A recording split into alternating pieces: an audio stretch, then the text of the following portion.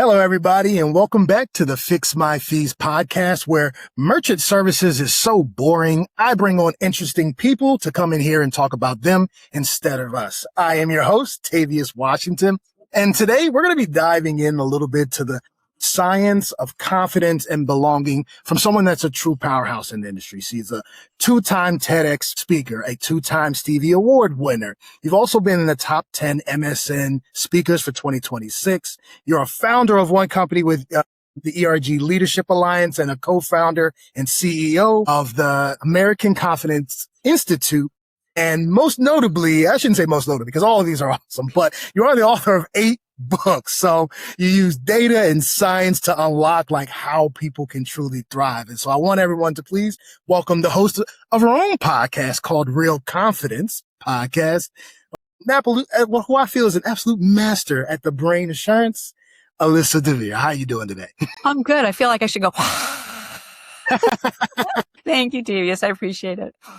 So when I came across yours, I love the nerd side, the brain, to really go in. And it's one thing to understand anything, right? Concepts, but there's a difference to bringing down, like, how do we come to that understanding? How does everything work? There's a difference between the light switch and how the current gets to the light and actually works there. And so it was really interesting in how you put that all into how confidence works, because most people think of it as just a hoorah, right? It's just a thing. But tell them a little bit about like, what is it that you do on a day-to-day basis? Because I want them to understand like what you're doing before we get to the journey of how you got here.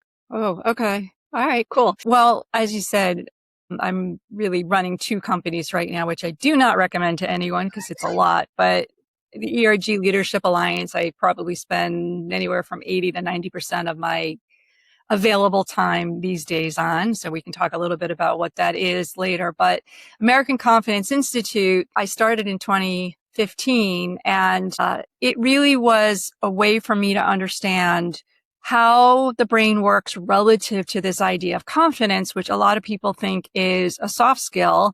It is actually a real skill that you can learn how to do, and you can strengthen it once you understand, like you said, the current. You can understand kind of like under the hood, and in this case, under your head, So that's what we set out to do. And subsequently, brain science at the time was just exploding with new technology, functional MRI specifically.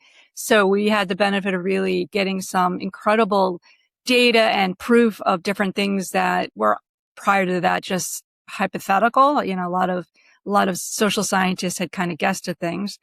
So we really got lucky, and the timing was great. And so we took all that data and knowledge and did more research ourselves. We do a lot of primary research, and came back to understand, what is confidence and how does it work and how do we strengthen it in ourselves and how do we strengthen it for other people. So that's what the American Confidence Institute does. We do training and coaching, training and things like that. Yeah, you even have if I'm correct, you have a certificate that you can get going through there, right? Yeah, we have a coaching certification program. Yes. So you could learn how to coach using not just the brain science, but because of the brain science, we developed a methodology that's very business centric, so that within 15 minutes, you can help somebody kind of understand what is their confidence issue and how to resolve it without telling them what to do. We really help build the confidence in the person that you're coaching. So that certification program is still extremely popular, and that I spend a fair amount of time running, day to day. Nice. Yeah, I like how did you, like you said, you don't recommend having 2 businesses, but how did you even get to the point of knowing that this was the route you wanted to go down and you wanted to, kind of put this message out to the world and really help people understand it? How do we go from there to running both companies? Well, the short version is my son, who's now 27, when he was 8 years old, was diagnosed with a very serious neurological condition. And at the time, I was a corporate marketing person. I'm sure a lot of people who are listening either are in corporate jobs or thinking about leaving corporate jobs, because I wasn't unhappy per se, but I knew that there was something more that I wanted to do with my life, literally. And once Zach was diagnosed, it was a 2-year journey with him to try and figure out what was going on. And the doctors just didn't know. And I'm talking about doctors at all the pecking order levels up to the top, neuroscientists, neurosurgeons around the world. And I was getting all kinds of crazy answers that didn't match, or they didn't seem to understand what the problem was even. So it became a situation where after, taking their advice, because they were the authorities, I kept asking innocent questions because I had nothing to lose except, here I was trying to help my son, which was a lot to Right. gain. So, why are you doing that? What's the impact of it? And, I was reading all kinds of dissertations and research briefs. And so I could ask a relatively intelligent question, but I wasn't, worried to look stupid because I wasn't a neuroscientist, right? So after a while, you get to the point where you're like, okay, these guys don't know. These gals and guys, they don't know. So I really decided I was going to dive deeper into it myself. And subsequently, when I started reconciling all the different information that was coming out of different disciplines, so when you say brain science, it's neurology, sociology, and psychology.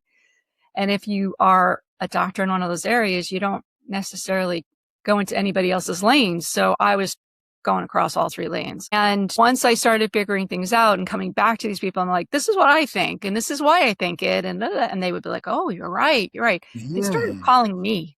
And so, you know, not only was I really so grateful that I could help my son, and he's doing amazing things today, but I knew that there was some incredible information here that could help everybody, anyone with confidence. So that's really how American Confidence kind of was fostered.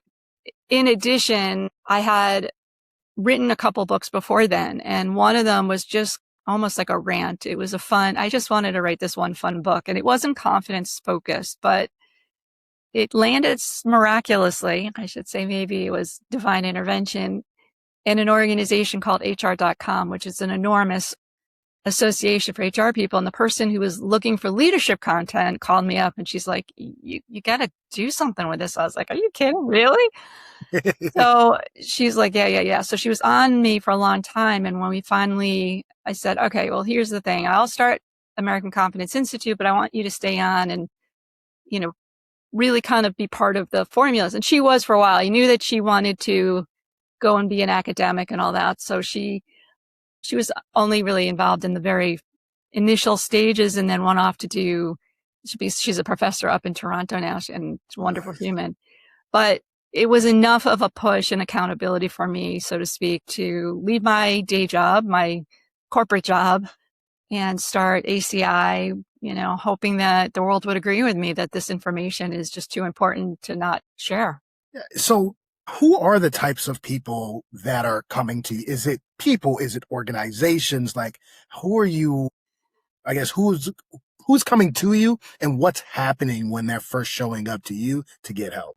Yeah, well, I appreciate you asking that because I think it is not only the most important, but it's probably the hardest lesson for anyone who's starting a business, which is when your market is everyone, you don't serve anyone.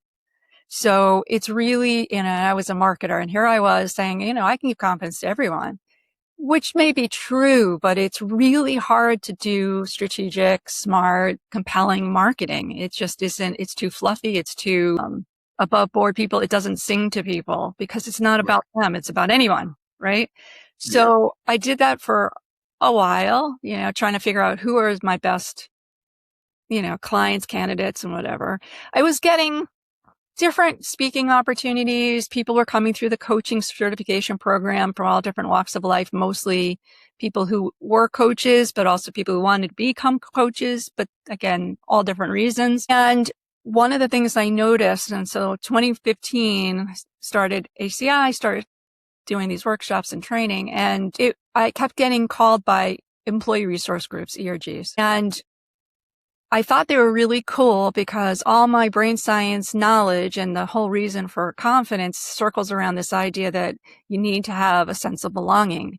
And here were these entities in organizations that were kind of doing that. That's what they were set up for. But every time I'd go to a different one, small companies, large companies, different industries, US, non-US, it was amazing to me how different each one was. Even within the same organization, you'd have two ERGs that were nothing alike. There was no organization, no governance, it was just very random. So again, went to somebody that I trusted and said, I think there's an opportunity here to to organize these groups, because if my mission is to bring more confidence to the world, we've got to figure out a way to give people more confidence at work. It's just a natural part of it.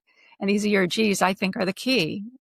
So I remember having this one lunch. We named the organization at lunchtime. We're like, we'll give it a try. We'll set up a conference, and we'll, actually we called it a consortium because it was even more informal than sessions. It was conversations, and 150 people paid to come to that no name, experiment.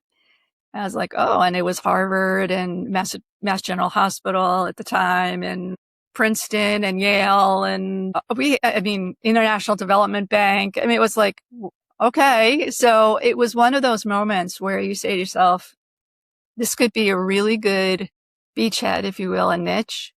Mm-mm.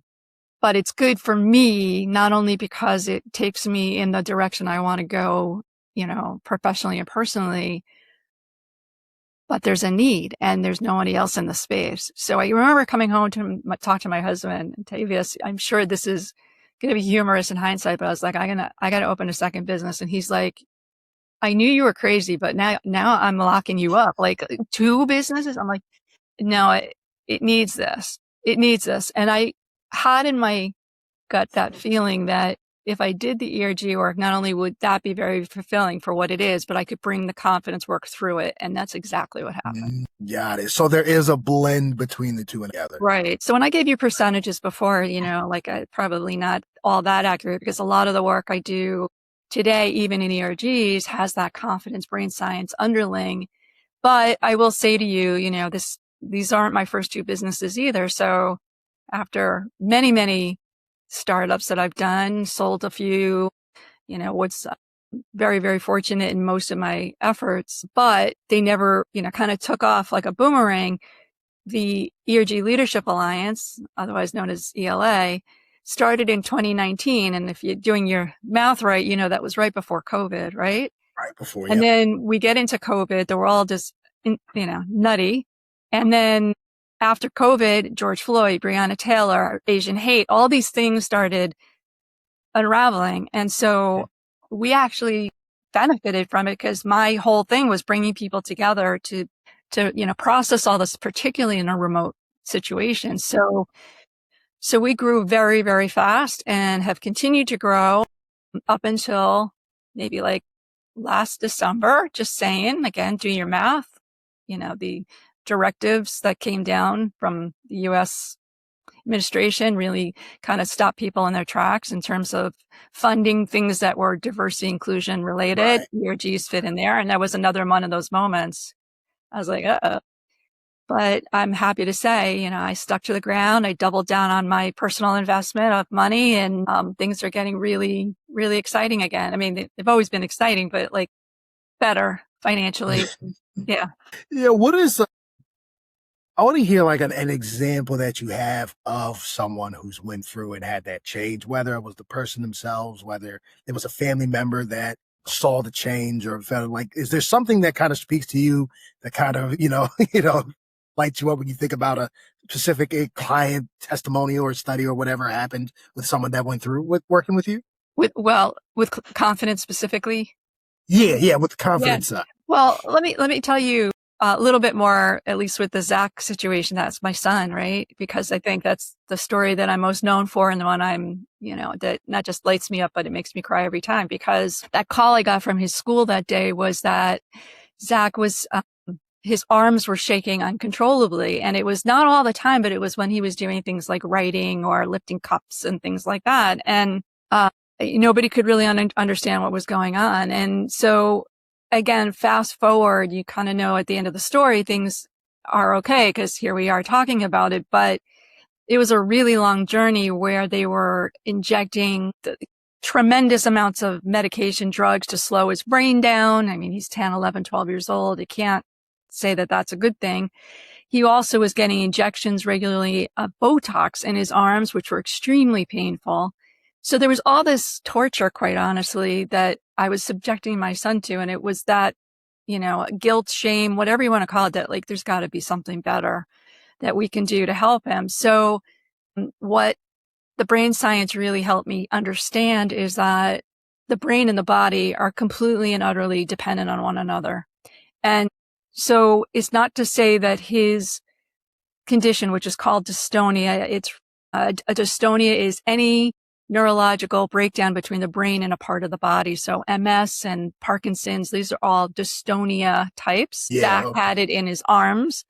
They said it was going to spread to the rest of his body and probably paralyze him at the time. So again, there was just beyond urgency to figure this out. But understanding the brain and body connection and how to reprogram the brain, that's what we call neuroplasticity in brain science terms, which is actually not reprogram, but create new pathways that you strengthen so that they override the weaker pathways. So the pathways that were broken for Zach, we could help him to build new pathways. And again, it relates to confidence in the sense that the key to all of it is you have to want to do it. You can't make somebody do this. So learning all that was really powerful. And, the moral or the happy ending, I guess, of the story is Zach, he is a guidance counselor in an elementary school that's very underserved in Western Massachusetts. He said to me he really wanted to go into that field because he really understood what it was like to be different. And on the weekends, he is a tennis pro. So he figured out how to use his arms that well. I was about to say. Yeah. That contributed good enough. I say to people, look, that's my best story, but there are thousands. I have something like 100,000 testimonials now that people who understand better how to drive their own brain can really get control of whatever the confidence issue that they're suffering. Maybe they have a little imposter syndrome, or they just feel that they're not good enough in whatever aspect of life. So all those things can be controlled. Anxiety. We have a lot of people who have a lot of anxiety and physical things manifest because of the anxiety and stress that definitely calm down. The science proves in so many ways that you can cure a lot of things that you may be feeling painful, back, neck, whatever, when you kind of get that body and the brain and the body connection to reignite, reune. Thank you for telling that story. I was going to ask, but I didn't know if you wanted to go into that part of it. No, so thank you. I appreciate you saying, hey, I want to dive into it and letting you know. But the outcome, just being able to, it's like a trickle down effect. Once they got out of it, they're like, I understand it and I know how, it felt to be there and I want to help others. So to be able to become a guidance counselor that's in an underserved community is amazing. But then, to go from about to be completely paralyzed to even being able to casually play tennis is great, let alone at a higher level. I know. So that is awesome. That is amazing. It is amazing. And you know what? He's not tick-free, so to speak. Like, he shakes a little bit. And one of the things that's really awesome is when, he works with a lot of very young kids and they're like, what's wrong with your arms? And he'll tell them. And he's like, that's just who I am and what I do. And so like part of his whole light is that he's helping people to understand that we're all different. We all have issues, and that doesn't have to take away from our confidence or even our pride in who we are and what we've accomplished. And, if nothing else, proud mom, right? After all of this, right. But, that's a good lesson for all of us. And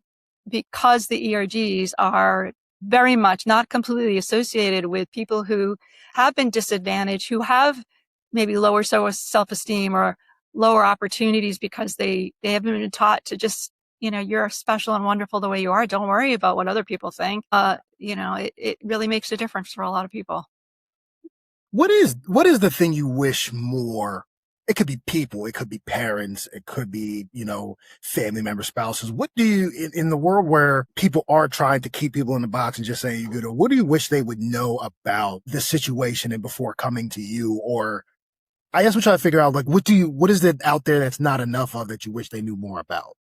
Oh gosh, well, there's a lot of misinformation. I wish there wasn't so much garbage out there. And I'm not talking about deep fake kind of stuff in this context. It's like, fake it till you make it. No, it doesn't work. Things like work harder, just keep your nose to the grindstone. That doesn't work either. In fact, it often backfires. I think we're enamored with hero stories, as they're called, people who get on TED Talks or other stages or write books and they're like, oh, this terrible thing happened to me and I got out of it. So can you. And again, that backfires because you're like, wait a minute, I don't have that situation. So how am I going to relate to it? And that does a real disservice to people because everybody is unique. Their experiences, their, the way they think, the way they learn. So a big part of this is kind of getting rid of some of those myths. And then there's a whole battery of what I call confidence carbs, which are these advice that you get, breathe or count to 5 or strike a power pose. Again, not terrible advice, but it's not something that's sustained. So, Tavi's like, you're going into a tough situation. Maybe you're asking for a promotion or you're going to go in and face your father-in-law or whatever it is. And, you can breathe all you want, but it's not going to get you through that conversation, right? It might get you in the room, but it's not going to save your tail when all of a sudden something's thrown at you and your confidence gets shot, right? So those I have a problem with too. And as a result, I just wish there wasn't so much misinformation. Confidence is a skill. It is not genetic. It's not something you get. It's not even something you feel. It's actually a skill that you learn to do that is rooted in making a decision about what you want to do, what you feel is in your best interest to do based on who you are, your values, your needs, and your wants. And what I value, need, and want is going to be different than what you value, need, and want. Right. So if you're going to ask me to do something, as long as I evaluate it from my lens of what I value, need, and want, I can make a confidence decision to say yes or no. That's the skill of confidence. Yeah, I like that. Yeah, I never thought about it in that perspective of confidence being a skill, something that you can hone and mature, right? And read into it so that it comes from maybe being confident in saying one thing on this one particular topic one way to being able to exude it wherever you're going into different scenarios where you may feel anxiety or worry or nervousness or overwhelm or panic attacks, right? There's so many things that can happen. I didn't never think about it like that. That's awesome. So when people start to work with you, how does the journey of work, I know it's different for everyone, but do you have like a framework of how people get started to get in the process if they're first coming to you? Sure. Well, I guess I would separate, at least in the confidence side, for coaches, for people who want to learn how to coach, there's a whole course, an online course, and then we take them into a practicum. So they practice with me and other peers that are going through the program, how to do this coaching method. It's not very hard, but at the same time, it's nerve-wracking the first time you do it. So I'm like, here's your sandbox. We're going to do role plays and do it together. And there's, this is just to get over that fear. So they learn in that context. But if it were like a live workshop, either virtually or on site with, say, a company or a group of people, there's a course that we go through, and there are different pieces. There's actually 4 pieces of the curricula that walks you through not only the brain science and explains how your brain works and why your confidence works the way it does and all that. But then we go into exercises that are very revealing. They're not, fancy assessments or anything like that. They're just very simple exercises to understand what is it you value. Who are you at the core that you need to respect and not, make decisions that are, that inside that don't feel good, and Right. pay attention to those things.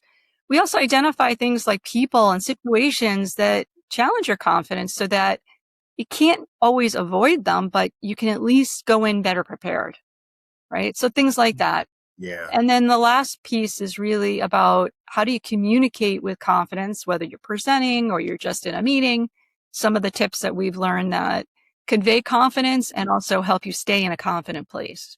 Yeah, that fear of public speaking, man. I hear so much about like people saying that they fear that more than death. And I'm like, that's crazy. I love running my mouth in front of people, but it is different for everyone, right? It's different for everyone Yeah, it to is. be able to lock in on that. So I like that. So you have 2 different sides, 2 different audiences, and they come at 2 different points in what you teach them and as they go Yeah, along. in the That's confidence space. Yeah, for sure. And, we do a lot of workshops that are brought in by organizations. So, that's much more of a B2B, if you will, when we're doing those kind of group trainings versus the coaching one that individual coaches come in. So that's a B2C. Needless to say, sometimes they do cross. We do coaching workshops for organizations. We've done it for a couple of universities and others. And at the same time, a lot of people are just, they're tuned into the pod. They're reading some of the books I've written. So they come in a couple different doors that way. Yeah, what are some of the topics that you speak on? I know you do keynote presentations, so whether it is for organization or whether you're doing it for like an individual group, what are the different topics that you like to speak on? Well, obviously confidence, confidence, but it depends on the organization or the event, right? There's usually a theme or an impetus, but the science of confidence is kind of like the flagship one. I just did that for an organization recently that was trying to upskill some of their ERG leaders. It was the science of confidence. Do a lot of ERG related things, of course, too, under the other brand. But, bringing them together and explaining how and why we all need belonging and how do we find it. One of the things that's kind of silly, in my opinion, is, we've changed the language of diversity, equity, inclusion, DI, to Right. belonging. And I've been talking about for decades now about Abraham Maslow, who really kind of coined this idea of the need to belong. It's 1940s. This is not new stuff, folks, right? So I Right. tie together that with the brain science and then explain really how to build belonging, because you can have a department or a person who has a title, my job is to make everyone at the company belong. I'm like, you can't make anybody belong. It's just like confidence. It's like they have to choose it. And they Right. have to want to choose it. So you can't force belonging on people. What you can do is you can make an inclusive culture so people feel more comfortable to belong, but you can't make people belong. Right. So I do a fair number of talks on really, how to help people confidently belong. And Yeah. what else? Presentations and skills kinds of things, because I do a lot of presentations, as you said. And there's this, it's not just a fear of presenting, right? I always say to people, if you don't like to present and that's your biggest issue, then don't present. You just don't do it. That's not their issue. They're afraid that they're going to look stupid, right? They're Yeah. afraid that somebody's going to think less of them or their expertise, or they're going to do something or say something that is regrettable. So a lot of what I teach people is to really identify what is the fear so that you can address the fear and not the symptom. Got it. I love that. And while we are bragging about your speaking capabilities, 8 books. First off, how? I've talked to people who are on their second book and they are overwhelmed, right? Getting to their second. So 8 books, are they all in I have them down, but are they all in the same topics? Do they range? Not even, no. And they're behind my head. You can see them all there right now. I'm working on the 9th, actually. Not that I really feel like I need to write another book, but I think the world needs this other book. But the very first one, kind of an interesting story. The first one I wrote in 1999, and I wrote it because I was working at a software company. I worked at several software companies, and there really wasn't a manual. Like, software was new. Product management was still a new thing, and there wasn't anything to tell me how to do my job. So I was creating all this stuff for myself, and subsequently I built a team at one of the companies. I had nothing to give to them. So I had this binder. It was like a magic binder, and I would hand it to the new product manager. I was like, this is how we do the job. So I took that binder and kind of bookatized it. I worked with a really lovely publisher, small house, to do it. And I laugh because I have some screenshots buried somewhere of it was like number 10 all-time book on Amazon. Right. Software Product Management Essentials. Aren't you dying to read that, Tabitha?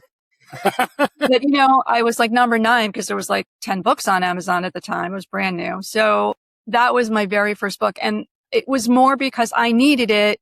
People had always said, you write so beautifully. And so I was kind of fearless. It wasn't like, oh, I can't do this. It's like, of course I can do this. I'm just going to do it. Who cares? Because if nobody reads it, it's okay. I need it. Right. So that was the first one. And other ones, I did one on marketing because there really wasn't a small business marketing guide. So No Time Marketing came out after that. The departure from there, I did 2 children's books, and one of them was the first one was actually, I had built a new business that was for products and information. So to help children not get lost, to prevent them from getting lost, like when you go to malls or busy places. Yeah. So I had all these fabulous products, and we had a whole brand and caricature. So we wrote a really cute book on that. And then when Zach turned 13, he was bar mitzvahed, and part of the bar mitzvah is you supposed to do some kind of a mitzvah, means like a good deed, really. And so you're supposed to do something that's contributes to society. And one of the things that we knew from what we were going through was there were no resources for kids. He had this condition and there was nothing that I could give him to explain it and show him. So he and I together did a book that now is still given through the Dystonia Medical Foundation to families who need to explain this to their children. So that was, again, a whole different genre, but it was a kid's book. And then I came back into, like I said, the confidence kind of realm with some other books. So I followed for a while. And then my last book was an ERG book. I've had to update that one 3 times because the world and the markets changed so much. And I tell you something, writing the book is the easiest part. Marketing isn't hard, but rewriting or editing, shoot me, please. And you had to do it multiple times, multiple books. That is awesome. Yeah. Still. Yeah. So there's the And whole so at history. least you like writing, and, people obviously know that you were good at it and pushed you towards it. But, to go through 8 of them over time, that's awesome. And you said working on the 9th too, where you didn't want to, but you said everyone needs it. So if the world needs it, you're going to create it it. takes That's a lot awesome. out of you, right? A book is a labor of love. It is a surrogate child in some ways because not a surrogate. It is a child. It's just on paper or digital, but it's a lot of time and it's a lot of love that goes into it, right? Like I'd like to think not everybody's like this, but you really work hard to say things so that they're clear, that they're poetic, that it's worth the time for somebody to read this, that they're going to learn something that's of value. However, not everybody's going to love your baby, right? So you finally get the baby out, big celebration, whatever that means to you. You're all excited, woo, and then nobody buys it, or people who buy it want to slam you on Amazon because they have nothing better to do. Right. And, it's very humbling. It's not something that I would say if you have a weak stomach, don't do it because it's really stressful when some of that happens. However, it all goes back to what's your intention. It's kind of like with anything, right? Why are you starting this business? Why are you writing this book? Like, what's your objective? And if your objective is to get famous, you may want to rethink that. Good luck. If your objective is to get rich, you definitely want to rethink that. If your objective is that you have something that you think is important to say that will help people, fabulous. If your objective is to help generate more of your fundamental business, you do the podcast to generate, fix my fees. People use books to do the same kind of thing. Fabulous. Right. But you have to be really humble about it, I think. And along those lines where you talk about how stressful it can be, you also are running multiple business. What do you do outside of work? How do you digress from the day? How do you, kind of unwind? And what do you do in your spare time to make sure you are prepared to go back to work and give it your all? Yeah, well, I'm going to do it right after we're done. I have this beautiful pool in the backyard. We built it a couple of years ago, and I'm a champion floater. So, yeah, that sounded terrible the way it came out, but I am. I'm really good at floating. Yeah, it's relaxed. I'll have a book sometimes, and it's just peaceful and beautiful. And I do that in the summer here in Boston, while I can. But a lot of other things. My other son happens to be one of the youngest brewers in the country. He's a head brewer for a wonderful brew house. So, sometimes I'll go down and hang out with him and he's showing me off his new beers or whatever. We go to a new brewery. Love to do stuff like that. Nice. I love it. Yeah, no, I a various number of things. My husband and I go to a lot of concerts and things like that. So I'm really conscious about it. I think, the everyday activity. I'm a dog mama and, walking in the park with my dog every single day, spending some time in the morning and the evening with my dog, that makes me really happy too. I love that. I love that. You have your ways of unwinding, things you love to do, your pets, your family. What about you? I'd love to hear what you do to unwind. So when I'm not running my mouth on podcasts and talk with other people, I am usually dived into something that keeps my ADHD brain navigated. So I usually play video games or I'm watching some anime or show like that. But I really do love traveling and eating new food. So I spent 8 months in Mexico. We're going to Thailand. And so these different traveling things, I just love going and like staying with the locals, not the touristy spot, where I have to walk to the local markets and get foods and try the local food trucks and food stalls. So that's what I love to do. That's why I'm I love building all that. this, is so I can take my family and Yeah, I love it. So. I love it. I love it. Love it. Love it. Yeah. I would say we do that at least once or twice a year. And because of the business now, I get to travel internationally. So I can't even write some of it off. Wink, wink. Nice. I was like, it gets so good. People invite you out, you can write it off as a business expense. Yeah. Well, no, I did this year. So I ran an event in Amsterdam. I went there, and then my husband met me in Barcelona, and that was our April vacation. And, just walking around and doing exactly like you said, just sopping up the local life was really wonderful.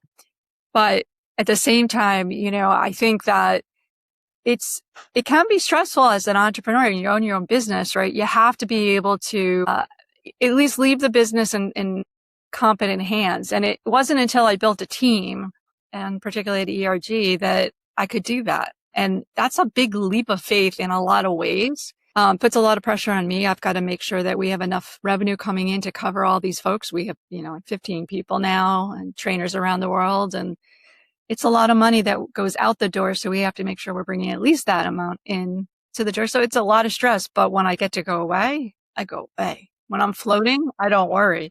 Right. Making sure you separate the two so that you can be your best version when you go back, right? You can right. But I have people I trust, right? Something happens. I mean, they'll know how to reach me if they have to, but they never, they know how to handle these things. They deal with it, and I trust them to do it. So that took a really long time to get to a place where, I could take unplugged time like that. Nice. That's awesome.